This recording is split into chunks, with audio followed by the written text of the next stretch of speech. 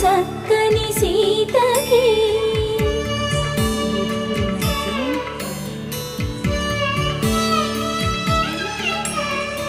ఎర్ర జాబిలి చేయి రాముడేడని అడుగుతుంటే